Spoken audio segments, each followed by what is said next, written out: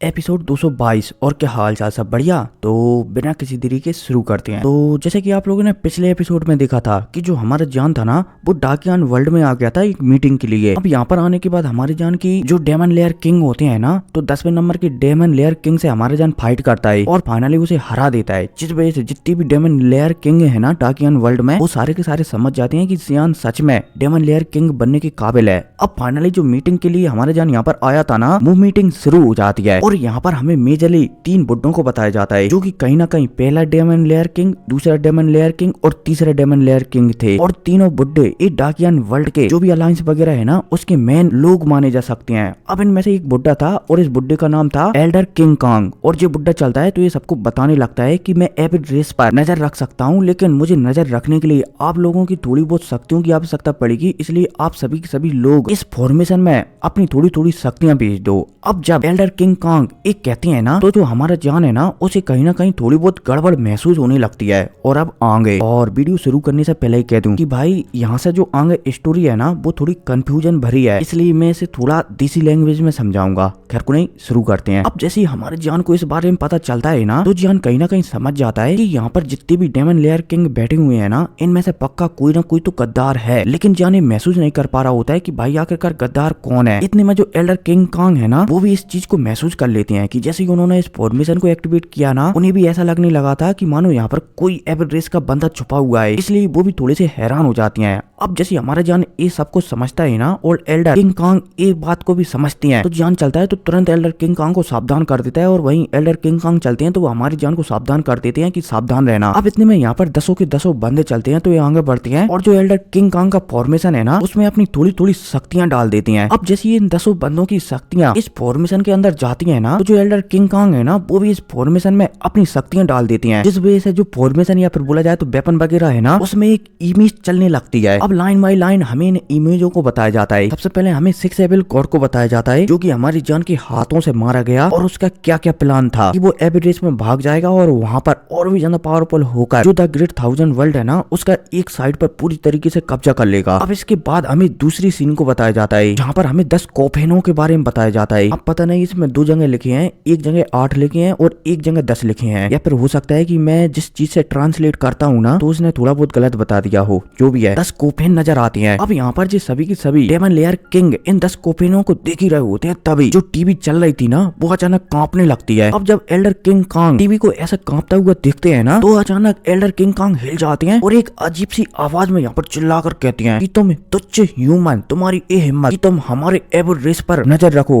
ऐसा लगता है कि यहाँ पर कोई भी बचना नहीं चाहता है, सबके सब यहाँ पर मरना चाहते हैं। अब जैसे एल्डर किंग कांग ये कहती है ना, तो इतने में दोबारा से हमारे जान को बताया जाता है, जो कि थोड़ा सा हैरान हो जाता है कि भाई चल क्या रहा है। इतने में दोबारा से हमें एल्डर किंग कांग को बताया जाता है, जो कि दोबारा से पहले जैसे हो जाती हैं और यहाँ पर सभी की ओर देखकर पूछने लगते हैं कि चल क्या रहा है। अब जब यहाँ पर इस तरीके से एल्डर किंग कांग बदलते हैं ना, तो यहाँ पर सभी के सभी लोग थोड़े से हैरान हो जाते हैं। लेकिन एल्डर किंग कांग की जो टीवी थी ना, बोला जाए तो जो फॉर्मेशन टाइप का था, जिसमें एक टीवी पड़ गई थी, जो कि एपिड रेस के समाचारों के बारे में बता रही थी। जब एल्डर किंग कांग एक समय के लिए एपिड रेस के कंट्रोल में गए थे ना, तो उसी समय जो टीवी भी गायब हो गई थी, इसलिए आगे किसी को पता चल ही नहीं पाया कि भाई वो आखिरकार 10 कोफेन क्या थे। अब इतने में हमें यहीं पर एक बुड्ढे को बताया जाता है, जो कि असलियत में डेमन लेयर किंग था, लेकिन ये बहुत समय पहले ही एपिड रेस के हाथों से मारा गया था। और जो एपिड रेस का 5वें नंबर का गॉड था ना, उसने इस बॉडी को कंट्रोल कर लिया था और वो तभी से यहाँ पर जो डाकियान वर्ल्ड में जितने भी लोग रहते हैं ना, और इनकी मीटिंग वगैरह रहती है, इन सारी खुफिया जानकारी एपिड रेस में भेजाता रहता है। अब जब यहाँ पर सभी को, खासकर डाकियान वर्ल्ड के लोगों को, बोला जाए तो डेमन लेयर किंगों को इस बारे में पता चलता है ना, तो वो बहुत ही ज्यादा गुस्सा हो जाते हैं कि क्या इतने सालों से वो जितने भी प्लान बना रहे थे, वो सारे के सारे प्लान एपिड रेस के हाथों में पहले से ही लग रहे थे। तो यहाँ पर जितने भी डेमन लेयर किंग है ना, वो सभी की सभी नाराज हो जाती हैं। अब इतने में हमें एल्डर किंग कांग को बताया जाता है, जो कि एक पल के लिए और किसी के कंट्रोल में चले जाते हैं। अब जैसे एल्डर किंग कांग एक पल के लिए और कंट्रोल में जाते हैं ना, तो उन्होंने यहाँ पर सबकी जो थोड़ी थोड़ी शक्तियां ली थी ना, और उन शक्तियों की मदद से एपिड रेस के बारे में पता लगा रहे थे। तो उन शक्तियों का इस्तेमाल कर जो यहाँ पर 10 के 10 बंदे थे ना, उनके दिमाग से जानकारी निकालने लगते हैं। बोले जाए तो एल्डर किंग कांग। अब जब एल्डर किंग कांग दोबारा से ये देखते हैं कि उनके शरीर पर दोबारा से किसी ने कब्जा कर लिया है और वो दोबारा से और भी ज्यादा इन्फॉर्मेशन निकाल रहे हैं, वो भी ह्यूमन के लिए, बोले जाए तो ह्यूमनों के दिमाग से। तो यहाँ पर एल्डर किंग कांग चलते हैं तो अपने आप को ब्लास्ट करने के साथ साथ जो फॉर्मेशन है ना उसे भी ब्लास्ट करने लगते हैं ताकि कोई भी जानकारी एवरेस्ट के हाथों में ही न लग सके। जब हमारे जान ये दिखता है कि एल्डर किंग कांग ऐसा करना चाहते हैं तो हमारे जान इतना तो शेयर हो जाता है कि जो एल्डर किंग कांग है ना वो शायद गद्दार नहीं हो सकते, क्योंकि अगर वो गद्दार होते तो वो अपने आप को सैक्रिफाइस बिल्कुल भी नहीं करते। मतलब कि समझ रहे हो, पता नहीं है क्या क्या लिखा है, लेकिन जो भी है मैं इसे स्पीड से एक्सप्लेन करता हूँ ताकि आगे कहानी एकदम सही समझ में आने लगे। जो भी है, अब यहाँ पर एल्डर किंग कांग चलते हैं तो वो दोबारा से अपनी बॉडी पर कंट्रोल हासिल कर लेते हैं और यहाँ पर जो 10 लोगों को वो अभी तक कंट्रोल करे हुए थे ना, बोला जाए तो उनकी एनर्जी अपने फॉर्मेशन में डाले हुए थे, वो वाली एनर्जी भी वो रिलीज कर देती है ताकि जो 10 लोग है ना ये उनके साथ मारे ना जाएं। अब जैसे एल्डर किंग कांग ऐसा करते हैं ना तो यहाँ पर अचानक एक स्पेस ओपन होने लगता है और पलक झपकती यहाँ पर एक शैडो प्रकट हो जाता है। अब जैसे ये शैडो प्रकट होता है ना तो ये सबसे पहले एल्डर किंग कांग और हमारी जान की ओर ही मुड़कर देखता है और दोनों से कहने लगता है कि तुम मेरे हेड लिस्ट की सबसे ऊपर हो, इसलिए अगर तुम मेरे हाथों से मरना नहीं चाहती ना तो यहाँ से दफा हो जाओ। मैं यहाँ पर जिस काम को करने के लिए आया हूँ ना मैं उस काम को कर यहाँ से चला जाऊंगा। अब जब यहाँ पर एल्डर किंग कांग सामने वाले शैडो की बात सुनते हैं ना तो एल्डर किंग कांग चलते हैं तो सामने वाले शैडो से पूछने लगते हैं कि आखिरकार तुम हो कौन। अब जब ये सामने वाला शैडो एल्डर किंग कांग की बात सुनता है ना तो यहाँ पर जिस शैडो चलता है तो एल्डर किंग कांग से कहने लगता है कि मैं हूँ 4 एविल गॉड और मैं यहाँ पर सिर्फ 5 एविल गॉड को लेने के लिए आया हूँ। अब जब यहाँ पर एल्डर किंग कांग ये सुनते हैं ना तो वो सब कुछ समझ जाते हैं कि शायद उनके पास जो वेपन है ना जो कि एविल रेस का ही है शायद, और उसी वेपन के अंदर शायद जो 5 एविल गॉड है ना वो पिछले 10,000 सालों से ही रह रहा है और हर चीज की जानकारी जुटा रहा है। और शायद यहाँ पर जो 4 एविल गॉड आया है ना 5 एविल गॉड को लेने के लिए वो इसलिए आया है ताकि जो 5 एविल गॉड है ना वो सारी की सारी इन्फॉर्मेशन जो एविल गॉड क्लैन है ना वहाँ पर दे सके। यार अब मुझे सब कुछ समझ में आ गया है, अगर मैं एक और एपिसोड पढ़ लेता ना तो शायद आपको और भी अच्छी तरीके से समझा सकता था। खैर को नहीं, एक बार रिपीट कर देता हूँ कि भाई होता क्या है कि यहाँ पर जो एल्डर किंग कांग है ना उनके पास एक वेपन था जो कि एविल रेस का ही था और इस वेपन में पहले से ही जो 5 एविल गॉड है ना वो छुपा रखा था। अब जब एल्डर किंग कांग इस वेपन का इस्तेमाल करते हैं ना तो जो 5 एविल गॉड है ना वो कहीं ना कहीं समझ जाता है, इसलिए वो एल्डर किंग कांग को ही अपने कंट्रोल में लेने की कोशिश करता है। लेकिन इतने में यहाँ पर 4 एविल गॉड आ जाता है और वो 5 एविल गॉड को यहाँ से बचाकर ले जाता है, बोले जाए तो यहाँ से बचाकर ले जाने लगता है। बोले जाए तो यही था यहाँ पर, ठीक है ना। खैर को नहीं, आगे बढ़ते हैं। अब जैसे यहाँ पर से जो 5 एविल गॉड है ना वो भी यहाँ से भाग जाता है ना तो जान गुस्सा हो जाता है, क्योंकि यहाँ पर जो एल्डर किंग कांग है ना उनकी एक गलती की वजह से यहाँ पर सब कुछ गुड़ गोबर हो गया। अब फाइनली जान चलता है तो यहाँ से नाराज होकर भाग जाता है, बोला जाए तो यहाँ से चला जाता है। इतने में अब हमें दोबारा से 6 और डेमन लेयर किंगों को बताया जाता है। अब जब ये 6 और डेमन लेयर किंग ये देखते हैं कि किंग कांग की गलती की वजह से यहाँ पर बहुत बड़ा घाटा हो चुका है और जो यहाँ पर डेमन लेयर किंगों वाली अलायंस है उनकी सारी जानकारी एवरेस्ट के पास पहुंच चुकी है, तो यहाँ पर 6 बंदे चलते हैं तो ये भी यहाँ से चले जाते हैं। अब यहाँ पर सिर्फ 3 ही बंदे अकेले बचते हैं, जो कि पहला बुड्ढा, दूसरा बुड्ढा और तीसरा बुड्ढा था। अब इसी के साथ सीन शिफ्ट होता है और फिर हमारे जान को बताया जाता है जो कि दोबारा से यूनियन के पास आ जाता है। अब फाइनली जान चलता है तो यूनियन को लेकर यहाँ से जो हेवनली अलायंस है ना वहाँ की ओर निकल जाता है। रास्ते में जान चलता है तो यूनियन को सारी बातें बता देता है कि मीटिंग में क्या क्या हुआ। हालांकि जान को इतना तो पता चल जाता है कि जो 10 कोफेन थे ना उनसे हमारे जान को एक अजीब सी शक्ति महसूस हो रही थी। कहीं ना कहीं हमारे जान समझ जाता है कि जो 10 कोफेन है ना वो जियो कबीले से ही संबंधित है और शायद हजारों सालों से जो एविल रेस है ना वो जियो कबीले के मेंबरों को ढूंढ रहा है, लेकिन एविल रेस को भी उस बारे में पता नहीं चला है। और हमारा जान ये अंदाजा लगा रहा था कि हो ना हो जो 10 कोफेन है ना वो उसके जियो कबीले की हो सकते हैं, जो कि फिलहाल के लिए एक अलग स्पेस में है और वहाँ पर शायद कोई एविल रेस का बंदा उन पर नजर रखा हुआ है। और तो और हमारा जान इस बात का भी अंदाजा लगा लेता है, बोला जाए तो अंदाजा लगा रहा था कि एल्डर किंग कांग की वजह से जो एविल रेस है ना शायद उन्हें अब इस बात का पता चल जाएगा कि जियो कबीले वाले कहाँ पर छुपे हुए हैं। इसलिए हमारे जान एल्डर किंग कांग से और भी ज्यादा गुस्सा हो गया था, क्योंकि जब इस बारे में घोस्ट वर्ल्ड के लीडर सोल लॉर्ड को पता चलेगा या फिर गोल्डन ड्रैगन को पता चलेगा या फिर डेमन एम्परर को पता चलेगा ना तो वो बहुत ही ज्यादा गुस्सा होंगे। अब मैं चलो थोड़ी सी और साइड की बातें बता देता हूँ, क्योंकि यहाँ पर कहानी बहुत ही ज्यादा कंफ्यूजन भरी थी कि भाई जब हमारा जान जो एल्डर किंग कांग ने जो फॉर्मेशन बनाया था ना उसमें हमारे जान ने जब अपनी एनर्जी डाली थी ना तो उस एनर्जी की बदौलत कहीं ना कहीं थोड़ा बहुत अंश मिल गया था कि जियो कबीला कहाँ पर छुपा हुआ है, क्योंकि हमारी जान के पास जियो ब्लड लाइन है और उसी ब्लड लाइन के थ्रू वहाँ पर जितने भी लोग है ना उन्हें थोड़ा बहुत अंदाजा लग गया था कि जियो कबीला कहाँ पर छुप सकता है, और तो और उस बारे में एवरेस्ट को भी पता चल गया था, इसलिए जियान वहाँ पर गुस्सा होकर भाग आया था। उम्मीद है आप लोग समझ रहे होंगे। अरे यार ये एपिसोड बहुत ही ज्यादा कंफ्यूजन भरे थे, इसलिए थोड़ा बहुत मैं भी कंफ्यूज हो गया था। खैर को नहीं, मैंने एकदम सही तरीके से समझाया है। मुझे उम्मीद तो है कि आप लोग समझ गए होंगे। और यार कमेंट वगैरह कर दिया करो कि हाँ स्टोरी एकदम सही समझ में आ रही है, इसलिए मेरी भी दिल को थोड़ी सी तसल्ली हो जाया करे। खैर को नहीं, आगे बढ़ते हैं। अब यहाँ पर हमें बताया जाता है कि जियान है ना, जियान दोबारा से अपनी अलायंस में वापस लौट आया है। और यहाँ पर आने के बाद जियान को पता चलता है कि जो गोस्ट वर्ल्ड है ना, जिससे कि हमारा जियान गोस्ट वर्ल्ड में जा सकता है और गोस्ट वर्ल्ड के लोग ह्यूमन वर्ल्ड में आ सकते हैं, उससे उसका कनेक्शन टूट चुका है।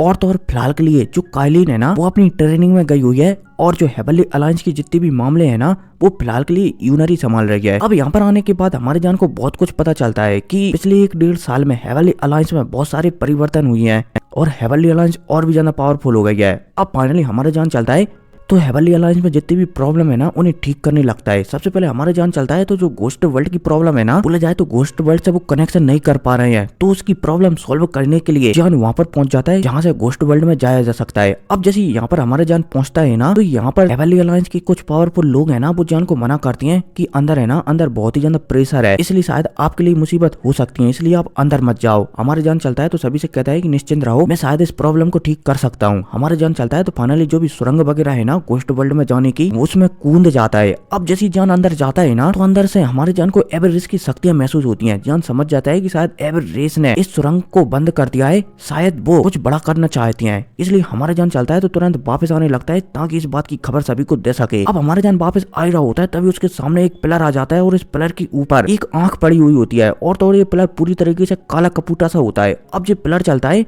खासकर इसके ऊपर आंख है ना, वो चलती है तो एक पावरफुल अटैक हमारे जान के ऊपर कर देती है। अब जब हमारा जान आइस वाले अटैक को अपनी ओर आता हुआ दिखता है ना, तो जान चलता है तो अपने थंडर पावर को एक्टिवेट कर देता है और जो आंख वाला अटैक है ना, उसे डिजोल्व कर डालता है, साथ ही साथ उस आई को डिस्ट्रॉय कर फाइनली हमारे जान चलता है तो बाहर निकल आता है। अब जान चलता है तो वो मुंह फैन को ऑर्डर देता है कि तुम जाओ और जो AI बिल्डिंग है ना, वहाँ पर जाकर इस बात का पता लगाओ कि चल क्या रहा है, क्योंकि जो AI बिल्डिंग है ना, उसके पास हर चीज की खबर रहती है। अब फाइनली मुंह फैन चलता है तो यहाँ से निकल जाता है। अब इतने में हमें कुछ दिन बाद का सीन बताया जाता है, जहाँ पर हमारे जान यूनियन को अपने साथ ले आया था ना। हालांकि पहले से यूनियन यूनर और काइलिन को जानती थी, इसलिए उनसे तो वो मिलकर बहुत ही ज्यादा खुश हो जाती है कि चलो अब हम सब एक ही परिवार हैं। लेकिन जो मोयान है ना, उसे यूनियन नहीं जानती थी, इसलिए जब यूनियन ये देखती है कि जान की एक और यहाँ पर आने के बाद वाइफ बन चुकी है, तो वो थोड़ी सी हैरान होती है कि जान पता नहीं कितनी बीबियों को अपने बोले जाए तो कितनी लड़कियों से शादी करेगा। अब इतने में सीन शिफ्ट होता है और फिर हमें एक दिन बाद का सीन बताया जाता है, जहाँ पर जान सोच रहा होता है कि जो गोस्ट वर्ल्ड है ना,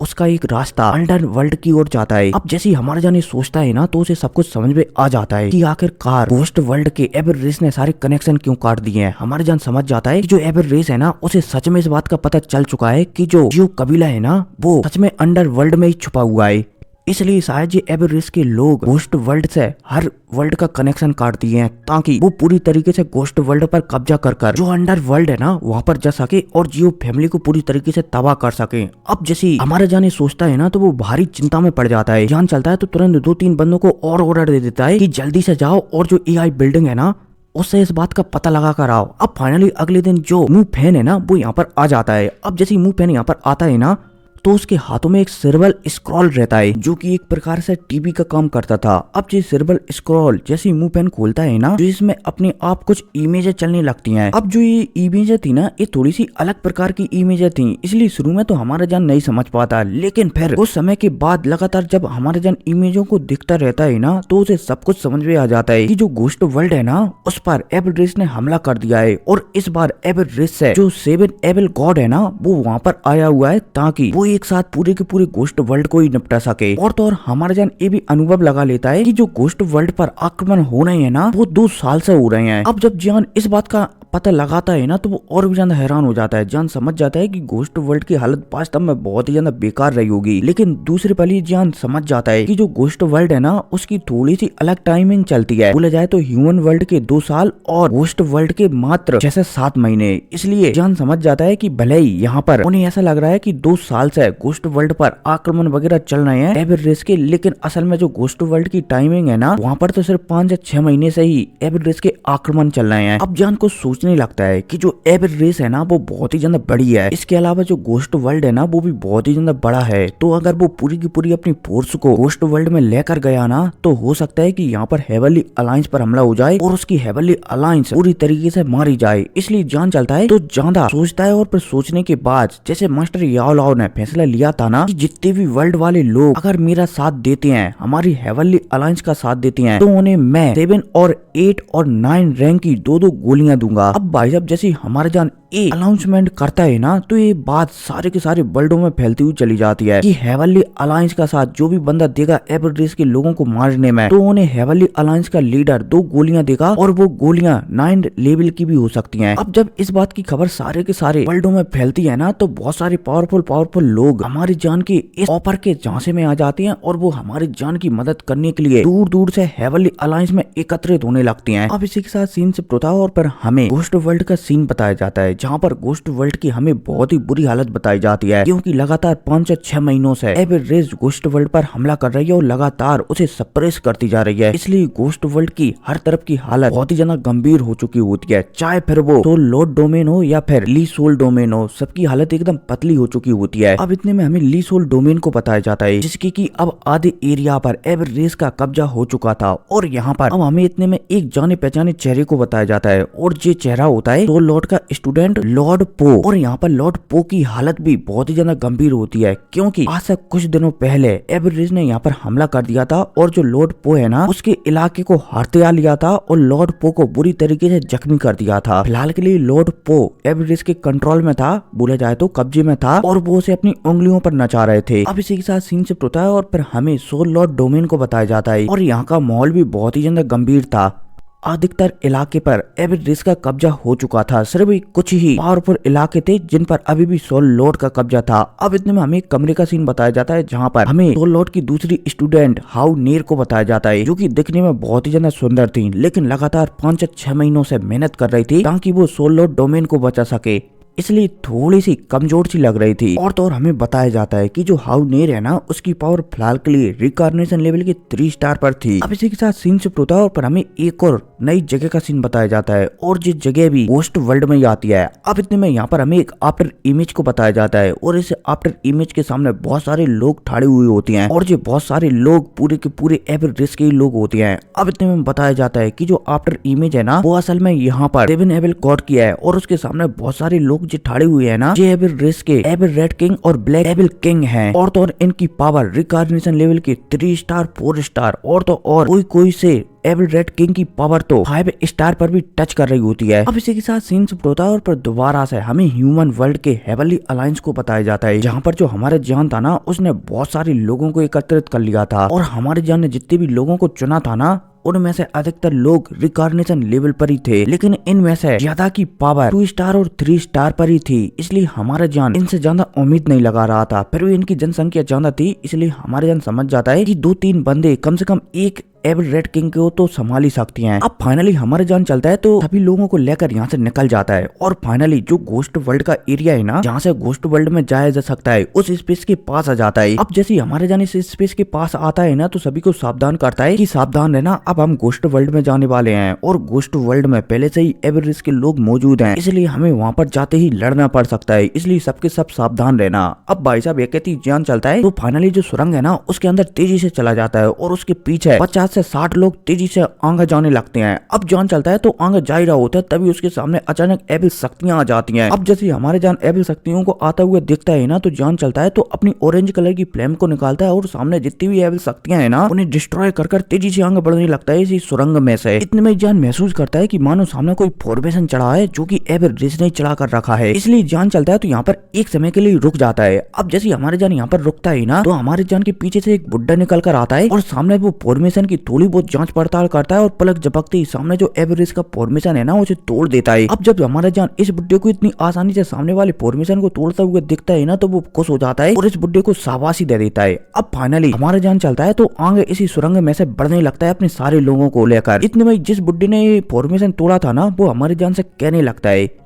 कि लीडर जान शायद इस फॉर्मेशन के जरिए जो एबिल रेस के लोग हैं ना उन्हें पता चल चुका है कि हम लोग शायद यहाँ पर आ चुके हैं, इसलिए अब हमें और भी ज्यादा सावधान रहना होगा। जान भी समझ जाता है कि ऐसा होना ही था, इसलिए एबिल रेस के लोगों ने फॉर्मेशन चढ़ाया था। अब फाइनली जैसे हमारे जान घोस्ट वर्ल्ड में पहुंचता है ना तो जान चलता है तो अपने साथ जितने भी लोगों को लाया था ना सभी लोगों को अलग अलग 3 टुकड़ियों में बांट देता है। जान चलता है तो वो सोल लॉर्ड डोमेन की ओर आगे बढ़ जाता है और वहीं एक टुकड़ी चलती है तो वो 10,000 पवेलियन की ओर आगे बढ़ जाती है और दूसरी टुकड़ी चलती है तो वो ली सोल डोमेन की ओर आगे बढ़ जाती है, ताकि हर जगह से जो एबिल रेस के लोग हैं ना उन्हें मार सकें और पूरी तरीके से घोस्ट वर्ल्ड को आजाद करवा सकें। अब फाइनली हमारे जान चलता है, साथ ही साथ यूनियन और मोयान चलती हैं तो वो हमारे जान के साथ सोल लॉर्ड डोमेन की ओर तेजी से आगे बढ़ जाती हैं। अब जो हमारे जान था ना वो अपने साथ ज्यादा लोगों को नहीं ले गया था, इसके बदले जो हमारे जान ने 2 टुकड़ी अलग अलग बांटी थी ना उन लोगों में बोला जाए तो उन टुकड़ियों के साथ ज्यादा लोग भेजे थे, ना कि अपने साथ हमारे जान ज्यादा लोग ले गया था। अब फाइनली हमारे जान चलता है तो जो सोल लॉर्ड डोमेन है ना यहाँ पर आ जाता है। अब जैसे यहाँ पर आता है ना तो इतने में यूनियन चलती है तो महसूस कर कहने लगते हैं कि ऐसा लगता है कि ये डोमेन है ना इसके अधिकतर हिस्सों में जो एबिल रेस है ना उसने कब्जा कर लिया है, हमें एक एक कर सारे हिस्सों को आजाद करवाना होगा। अब जब यूनियन ये कहती है ना तो हमारा जान भी सिर हिला देता है। इतने में हमारे जान के एकदम साइड से एक एबिल रेस की टुकड़ी प्रकट हो जाती है। अब जैसे हमारे जान इस एबिल रेस की टुकड़ी को प्रकट होता हुआ देखता है ना और खासकर इस एबिल रेस की टुकड़ी को जो भी बंदा संभाल रहा था उसे देखता है ना तो वह हैरान हो जाता है, क्योंकि सामने जो भी बंदा एबिल रेस की टुकड़ी को संभाल रहा था ना वो सोल लॉर्ड का दूसरा स्टूडेंट था। अब जब हमारे जान ये देखता है कि सोल लॉर्ड का दूसरा स्टूडेंट एबिल रेस के लोगों के कंट्रोल में जा चुका है तो वो थोड़ा सा परेशान हो जाता है, क्योंकि अब हमारे जान एबिल रेस से लड़ना भी चाहता था और जो सोल लॉर्ड का स्टूडेंट है ना उसे बचाना भी चाहता था, लेकिन शायद दोनों में से एक कुछ ही हो सकता है। लेकिन हमारे जान इतने में सोचने लगता है कि मैं ऐसा करता हूँ कि जो सामने सोल लॉर्ड का दूसरा स्टूडेंट है ना इसे मार देता हूँ, लेकिन इसकी आत्मा को सुरक्षित रख लेता हूँ ताकि भविष्य में इसे दोबारा से जिंदा किया जा सके। अब जैसे हमारे जान सोचता है ना तो जान चलता है तो अपनी होली फ्लेम को बाहर निकालता है और यहाँ पर सामने एक एबिल रेस की टुकड़ी आई थी ना सारी की सारी टुकड़ी को मार डालता है और सिर्फ जो मेन बंदा था ना जो कि सोल लॉर्ड का स्टूडेंट था जो कि फिलहाल के लिए एबिल रेस के कंट्रोल में जा चुका था, हमारे जान चलता है तो उसे भी जलाने लगता है और उसकी जो सोल पावर है ना उसे बाहर निकाल लेता है। अब जैसे ही हमारे जान ऐसा करता है ना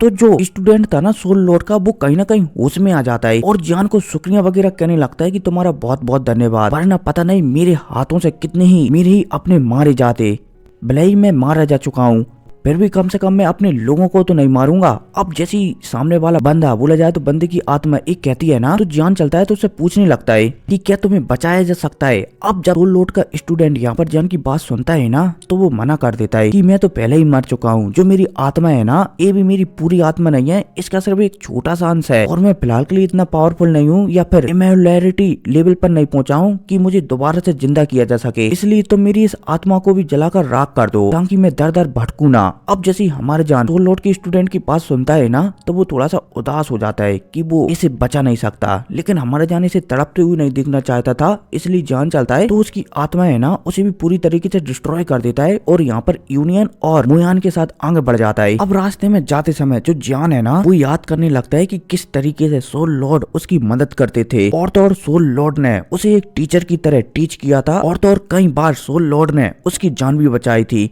साथ ही साथ जान चलता है तो हाउनेर के बारे में भी सोचने लगता है कि किस तरीके से हाउनेर ने उसकी 2 बार जान बचाई थी। अब जान चलता है तो तेजी से जो सोल लॉर्ड डोमेन है ना उसकी ओर तेजी से आगे बढ़ जाता है। अब इसी के साथ सीन शिफ्ट होता है और जो मेन सोल लॉर्ड डोमेन है ना हमें यहीं का सीन बताया जाता है। यहाँ पर हमें हाउनेर को बताया जाता है जो कि अपने हस्बैंड के साथ एकदम लड़ने के लिए तैयार थी, बोले जाए तो होने वाले हस्बैंड के साथ जो एबिल रेस के लोग यहाँ पर आ रहे हैं ना उनसे लड़ने के लिए तैयार थे। अब हाउनेर के सामने अचानक या फिर बोला जाए तो हाउनेर जिस ग्रुप को लीड कर रही है ना उस ग्रुप के सामने अचानक काले कलर का स्मोक छाने लगता है और इस स्मोक में पलक झपकती एक आफ्टर इमेज प्रकट होने लगती है। अब जैसी ये आफ्टर इमेज प्रकट होती है ना तो ये धीरे धीरे जो हाउनेर है ना उसके सामने पूरी तरीके से प्रकट हो जाती है। अब जैसी ये हाउनेर के सामने प्रकट होती है ना तो हमें बताया जाता है कि ये 7 एबल गॉड। अब जैसी हाउनेर के सामने 7 एबल गॉड की आफ्टर इमेज प्रकट होती है ना तो उसके जस्ट पास में 2 रेड किंग भी प्रकट हो जाते हैं। अब यहाँ पर 7 एबल गॉड चलता है तो हाउनेर से कहने लगता है कि अपने वेपनों को डाल दो, बोला जाए तो हमारे सामने सिर झुका लो, हम घोस्ट वर्ल्ड को छोड़ देंगे, वरना कोई भी जिंदा नहीं बचेगा।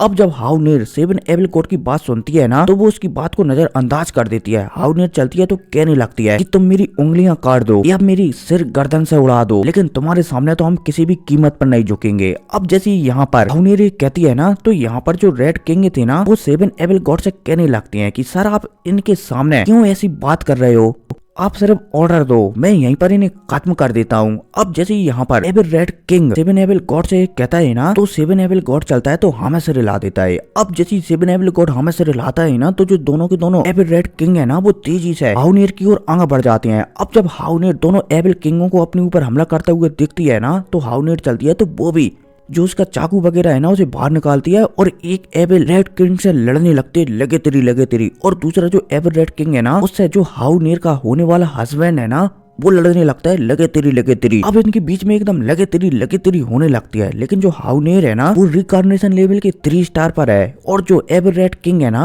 वो रिकार्नेशन लेवल के 4 स्टार पर है। इसलिए कहीं ना कहीं एविल रेड किंग चलता है तो वो हाउनेर को सप्रेस करने लगता है। अब जब हाउनेर अपने आप को सप्रेस होता हुआ दिखती है ना, तो हाउनेर के हाथ में एक चाकू था, जो कि एक असल में एंशिएंट वेपन था। हाउनेर चलती है तो इस वेपन को एक्टिवेट करने लगती है, लेकिन इस वेपन को एक्टिवेट करने के लिए अपने शरीर की, बोला जाए तो जीवन की सोर्स पावर की आवश्यकता पड़ती है। इसलिए हाउनेर चलती है तो उसकी जो लाइफ है ना, उसकी सोर्स पावर का इस्तेमाल कर जो वेपन है ना, उसे एक्टिवेट करने लगती है, जिस वजह से हाउनेर पलक झपकती बुढ़ी होने लगती है। और फाइटें बहुत ही ज्यादा लंबी खिंचने वाली है, इसलिए एक्सप्लेन करने से कुछ भी फायदा नहीं है। लेकिन चूंकि अब मैं 25 मिनट की वीडियो बना रहा हूँ ना, बोले जाए तो इस वीडियो को 25 मिनट का करा है ना, तो कम से कम 1500 लाइक और 500 कमेंट हो जाए। खैर कोई नहीं, मिलते हैं अगली वीडियो में। Take care. मैं उम्मीद करता हूँ कि आप लोग टारगेट को पूरा कराओगे, ताकि जो अगली वीडियो आएगी ना, वो भी लॉन्ग आ सके। खैर कोई नहीं, मिलते हैं अगली वीडियो में। Take care.